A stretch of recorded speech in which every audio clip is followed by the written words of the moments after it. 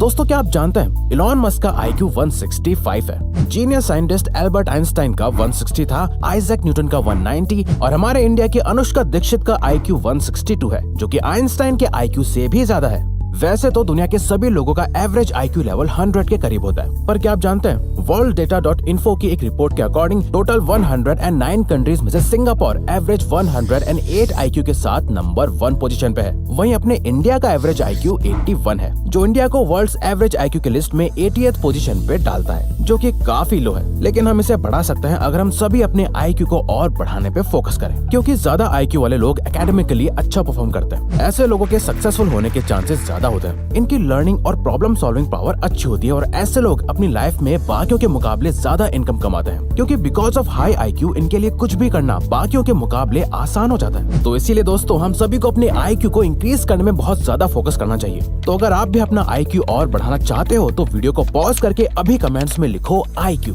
पर ये IQ exactly होता क्या है और हम अपना IQ कैसे बढ़ा सकते हैं, आइए जानते हैं। Number 1, what is IQ and how to calculate and increase your IQ। IQ का मतलब होता है इंटेलिजेंट कोशेंट। ये एक नंबर होता है जो ये दिखाता है कि आपकी इंटेलिजेंस का लेवल क्या है। यहाँ इंटेलिजेंस से हमारा मतलब ये नहीं है कि आप कितना याद रख सकते हो या आपके पास कितनी ज्यादा नॉलेज है, बल्कि इंटेलिजेंस का रियल मीनिंग होता है आपकी नई इन्फॉर्मेशन को सीखने की कैपेसिटी, प्लस उस इन्फॉर्मेशन को दिमाग में होल्ड करके रखना और फिर उस नई नॉलेज का यूज करके किसी प्रॉब्लम को सॉल्व करना या उससे कुछ नया सीखने के लिए फाउंडेशन की तरह यूज करना। लेकिन हम कैसे पता लगा सकते हैं कि हमारा IQ कितना है? तो इसके लिए एक सिंपल IQ टेस्ट फॉर्मूला है MA/CA मल्टीप्लाइड बाय 100, जहाँ MA का मतलब है मेंटल एज, यानी मेंटली आपकी उम्र कितनी है। कुछ लोग अपनी उम्र के हिसाब से मेंटली काफी मैच्योर होते हैं, वहीं कई बड़े लोगों का दिमाग बच्चा ही रहता है, जैसा कि आपने कोई मिल गया में ऋतिक रोशन को देखा होगा। वहीं CA का मतलब होता है क्रोनोलॉजिकल एज, जो हमारी नॉर्मल बर्थडे एज होती है। पहले के टाइम पर ऐसा माना जाता था कि जब इंसान अपनी अडल्ट एज में पहुंच जाता है तो ह्यूमन ब्रेन की इंटेलेक्चुअल कैपेसिटी और IQ फिक्स्ड हो जाती है। पर टाइम टू टाइम इस टॉपिक पर कई रिसर्च की जा चुकी है और हर बार साइंस ने ये प्रूव करा है और न्यूरोप्लास्टिसिटी इस बात का सबूत भी है कि इंसान चाहे तो अपनी इंटेलिजेंस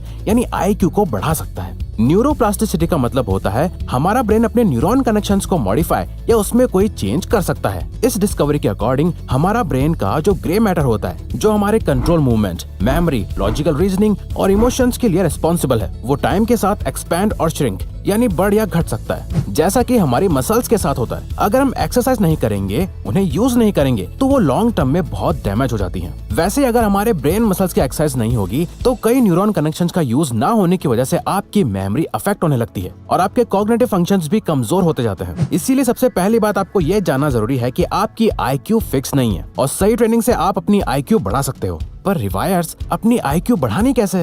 वेल, IQ कभी एक रात में नहीं बढ़ती। जैसे आप कुछ दिनों में ही अच्छी बॉडी नहीं बना सकते हैं, वैसे ही अपने ब्रेन मसल्स को स्ट्रॉन्ग करने के लिए आपको बहुत टाइम तक कंसिस्टेंटली प्रैक्टिस करते रहना बहुत जरूरी है। प्रैक्टिसेस जैसे number 2, expand your imagination using all 5 senses. दोस्तों आज के टाइम पे जो सबसे ज्यादा बड़ी प्रॉब्लम हम सभी फेस कर रहे हैं वो ये है कि हम हमेशा डिजिटल और विजुअल चीजों को टीवी, लैपटॉप या फोन में देख देख के अब हमें ज्यादा इमेजिनेशन या माइंड में विजुअलाइज नहीं करना पड़ता। सब कुछ हमारी आंखों के सामने अपने आप होने लगता है, हमें ज्यादा सोचना नहीं पड़ता, जिससे हमारी इमेजिनेशन और विजुअलाइज करने की आदत और पावर कम होती जा रही है। न्यूरोप्लास्टिसिटी की रिसर्च में देखा गया है कि हमारे 5 सेंसेस हमारी मेमोरी और कॉग्निटिव फंक्शन से डायरेक्टली कनेक्टेड है। इसीलिए ये एक्सरसाइज आपके 5 सेंसेस को ट्रिगर करके आपकी IQ को इंक्रीज करने में हेल्प करती है। आपको करना यह है कि आपको दिन में सपने देखने। अब इससे हमारा मतलब है कि जैसे आप रात में सोते हुए जब सपने देखते हो तो आपके सारे सेंसेस एक्टिव होते हैं, आपको सब कुछ असली लग रहा होता है। वही सेम चीज आपको दिन में कॉन्शियसली करनी है। किसी भी चीज को इमेजिन करो और अपने 5 सेंसेस से उसे एक्सपीरियंस करने की कोशिश करो। आप कुछ भी सोच सकते हो, अपनी सक्सेस को विजुअलाइज कर सकते हो या अपने आइडिया को सच होते हुए देख सकते हो, जहां आपको सब कुछ रियल लग रहा होगा। जब आप कुछ इमेजिन करते हो, उसे देख सकते हो, सुन सकते हो, स्मेल कर पाते हो। इससे आपके ब्रेन के सभी एरियाज एक्टिव होकर एक साथ काम कर रहे होते हैं। इस एक्सरसाइज को आपको हर दिन 15 से 45 मिनट तक डेली करना है और रिसर्च के अकॉर्डिंग सिर्फ 2-4 हफ्ते में ही आपको रिजल्ट दिखना शुरू हो जाएंगे, जहां आपके आइडियाज फॉर्मेशन, रीडिंग एबिलिटी और कंसंट्रेशन स्पैन बढ़ जाएगा। इस दुनिया के सभी इंटेलिजेंट लोग इंटेलिजेंट इसलिए कहलाए जाते हैं क्योंकि वो अपनी इमेजिनेशन को रियलिटी बनाना जानते हैं। इस दुनिया में जितने भी इन्वेंशंस हुए हैं वो पहले किसी न किसी के माइंड में एक आइडिया बनकर आए थे। जिसके बारे में उन्होंने बहुत सोचा, उसे इमेजिन और विजुअलाइज करा, चाहे वो जमीन पे चलने वाली कार हो या आसमान में उड़ने वाला एयरप्लेन। इसीलिए जब आप अपने सेंसेस का यूज करके इमेजिनेशन और विजुअलाइजेशन की आदत बना लेते हो तो आपका IQ अपने आप इंक्रीज होने लगता है। Number 3, brain harmonics. दोस्तों, आपने YouTube पे स्टडी म्यूजिक, मेडिटेशन म्यूजिक और ब्रेन पावर इंक्रीज करने जैसे म्यूजिक वीडियोस कभी न कभी देखे होंगे, जिन्हें ब्रेन हार्मोनिक्स या बाइनॉरल बीट्स भी कहा जाता है। पर क्या ये एक्चुअल में काम करते हैं? Well, association for applied psychophysiology and biofeedback के न्यूरोफीडबैक डिवीजन के फॉर्मर प्रेसिडेंट सिगफ्रीड ऑथमर ने एक ब्रेन वेव ट्रेनिंग एक्सपेरिमेंट करा था, जहां उन्होंने अपने पार्टिसिपेंट्स को डिफरेंट वेवलेंथ्स को कंबाइन करा हुआ म्यूजिक सुनते हुए रेगुलरली मेडिटेट करने को कहा। जिसके बाद ये देखा गया कि जिन लोगों ने ब्रेन हार्मोनिक्स का यूज करके मेडिटेशन करा था, उन सभी के एवरेज IQ में 23% का इंक्रीज हुआ था। दोस्तों, हमारा ब्रेन 2 हिस्सों में डिवाइडेड है, जो अलग अलग तरह से काम करता है। ब्रेन हार्मोनिक्स में कुछ साउंड्स को ऐसे डिजाइन करा जाता है जिसे सुनकर आपके ब्रेन के दोनों पार्ट एक साथ सिंक हो जाते हैं, जिससे हमारे ब्रेन में कई चेंजेस आते हैं। आपके न्यूरॉन कनेक्शन स्ट्रॉन्ग हो जाते हैं और आपका IQ भी इंक्रीज होने लगता है। इसे करने के लिए आपको हफ्ते में कम से कम 4 दिन रेगुलरली 30 मिनट के लिए ऐसे साउंड्स को सुनना है, जिसे सुनते हुए आप चाहो तो मेडिटेशन कर सकते हो, स्टडी या कोई प्रॉब्लम और आइडिया पे काम कर सकते हो, जो आपकी कंसंट्रेशन, मेमोरी और ब्रेन पावर को बढ़ाएगा। Number 4, do something new and creative daily. American psychologist Richard J Haier ये देखना चाह रहे थे कि अगर ह्यूमन ब्रेन को किसी नॉवल यानी नई एक्टिविटीज में पार्टिसिपेट कराया जाए जो उसने पहले कभी एक्सपीरियंस ना करी हो, तो उस दौरान ब्रेन में किस तरह के चेंजेस आते हैं। जिसके लिए उन्होंने टेट्रिस गेम को एक नॉवल एक्टिविटी की तरह लिया, जहां उन्होंने ये वीडियो गेम उन लोगों को खिलाया जिन्होंने कभी अपनी लाइफ में ऐसा कुछ नहीं खेला था।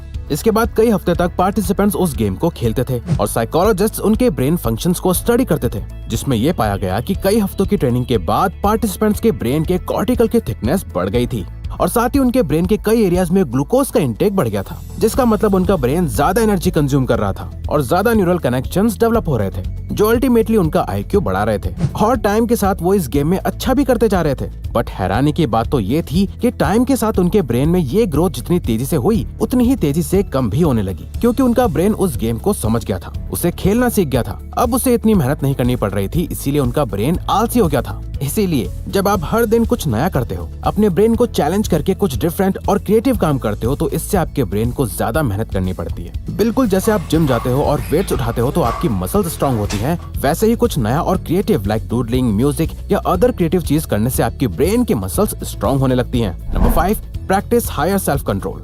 सेल्फ कंट्रोल और इंटेलिजेंस आपस में बहुत ज्यादा कनेक्टेड है और अपने ऊपर कंट्रोल रखने से आप अपना IQ इंक्रीज कर सकते हो। 2009 की येल स्टडी में पार्टिसिपेंट्स को एक IQ टेस्ट करने को दिया और उन्हें ऑप्शन दिया कि इस IQ टेस्ट के बदले उन्हें रिवॉर्ड मनी दी जाएगी, पर उनके पास ऑप्शन था कि वो IQ टेस्ट देने के बाद इमीडिएटली ये रिवॉर्ड ले सकते थे या फिर वेट करके बाद में ले सकते थे। अब जिन लोगों ने अपने रिवॉर्ड्स के लिए वेट करा, उन लोगों के IQ टेस्ट में बाकियों से हाई स्कोर्स थे, जिससे एक्सपर्ट्स ने ये कंक्लूड करा कि जो लोग इम्पल्सिव डिसीजंस को रोक पाते हैं और खुद के इमोशंस और एक्शंस पर अच्छे से कंट्रोल रखते हैं, वो मेंटली भी ज्यादा इंटेलिजेंट होते हैं। अमेरिकन ऑथर मारिया मैंस कहती हैं, the sign of an intelligent people is their ability to control their emotions by the application of reason. यानी हायर IQ का मतलब अपने माइंड और इमोशंस को फुल कंट्रोल में रखना होता है। अगर आपको पता है कि आपके लिए कुछ गलत है, फिर चाहे आपके आसपास के लोग आपको कितना भी फोर्स क्यों ना करें, आप कभी उस काम में शामिल नहीं होते। आपका अपने ऊपर बहुत स्ट्रॉन्ग सेल्फ कंट्रोल है, यानी कहीं न कहीं आपके इंटेलिजेंस को ये बढ़ाता है। इसीलिए हायर सेल्फ कंट्रोल को प्रैक्टिस करने से आप अपने IQ को भी बढ़ा सकते हो।